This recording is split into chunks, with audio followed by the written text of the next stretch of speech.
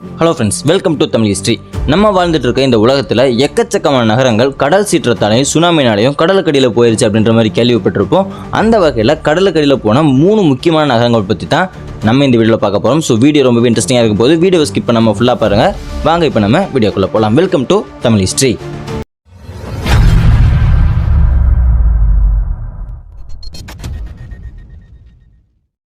ஃபர்ஸ்ட்டாக பார்க்க போகிறது pyramids of Yonaguni.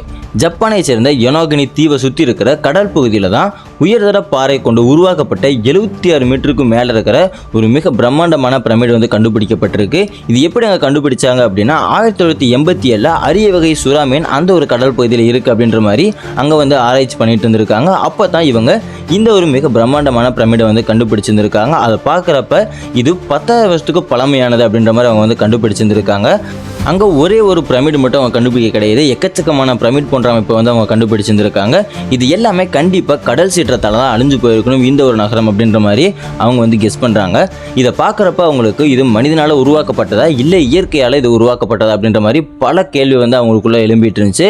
ஆனாலும் கிடைச்ச ஒரு சில ஆதாரத்தை வச்சு இது இயற்கையால் தான் உருவாயிருக்கும் அப்படின்ற மாதிரி அவங்க கெஸ் பண்ணாலும் இந்த உயர்தர பாறைகள், அதில் இருக்கிற ஷேப்பு, அதனுடைய சைஸு, அதனுடைய துல்லியத்தன்மை, இது எல்லாத்தையுமே வச்சு பார்க்குறப்ப கண்டிப்பாக இந்த ஒரு பிரமிடை மனிதன் தான் உருவாக்கி இருக்கணும் அப்படின்ற மாதிரி ஆராய்ச்சியர்கள் சொல்கிறாங்க. அடுத்தா பார்க்க போகிறது கிளியோபாட்ராவின் அரண்மனை. கிமு 331 எகிப்திய கைப்பற்றிய அலெக்சாண்டரால் உருவாக்கப்பட்டது தான் அலெக்சாண்ட்ரியா அப்படின்ற நகரம். இந்த ஒரு நகரத்தை அலெக்சாண்டருக்கு அப்புறமா ரொம்பவே சூப்பராக ஆட்சி பண்ணிட்டு இருந்தவங்க தான் கிளியோபாட்ரா. அவங்களுடைய ஆட்சியில் தான் கிளியோபாட்ரா பேலஸ் அப்படின்னு ஒரு மிக பிரம்மாண்டமான அரண்மனையவே அவங்க வந்து கட்டுறாங்க.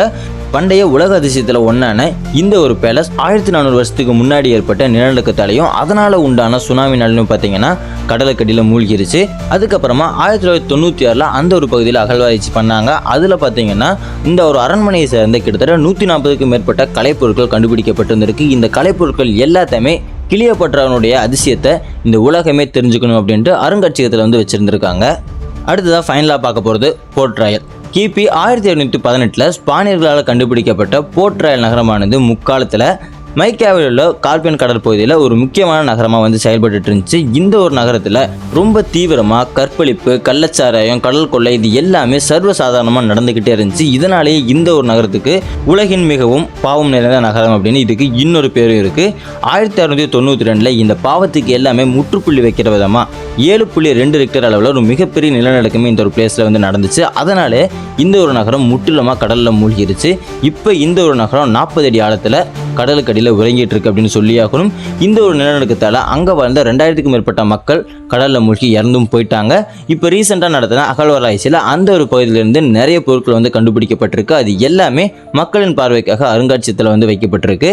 ஸோ இதுதான் பார்த்தீங்கன்னா 3 முக்கியமான நகரங்கள் கடலில் மூழ்கினது. ஸோ இதை பற்றி நீங்கள் என்ன நினைக்கிறீங்க, உங்களோட கருத்து என்ன அப்படின்றத மறக்காம நம்ம கமெண்ட் பாக்ஸில் மென்ஷன் பண்ணிடுங்க. அவ்வளோதான் பார்த்தீங்கன்னா இந்த வீடியோ பிடிச்சிருந்தா like and subscribe to Tamil history. Next இன்னொரு இன்ட்ரெஸ்டிங்கான வீடியோவில் உங்களை மீட் பண்ண ஃப்ரெண்ட்ஸ். தேங்க்ஸ் ஃபார் வாட்சிங்.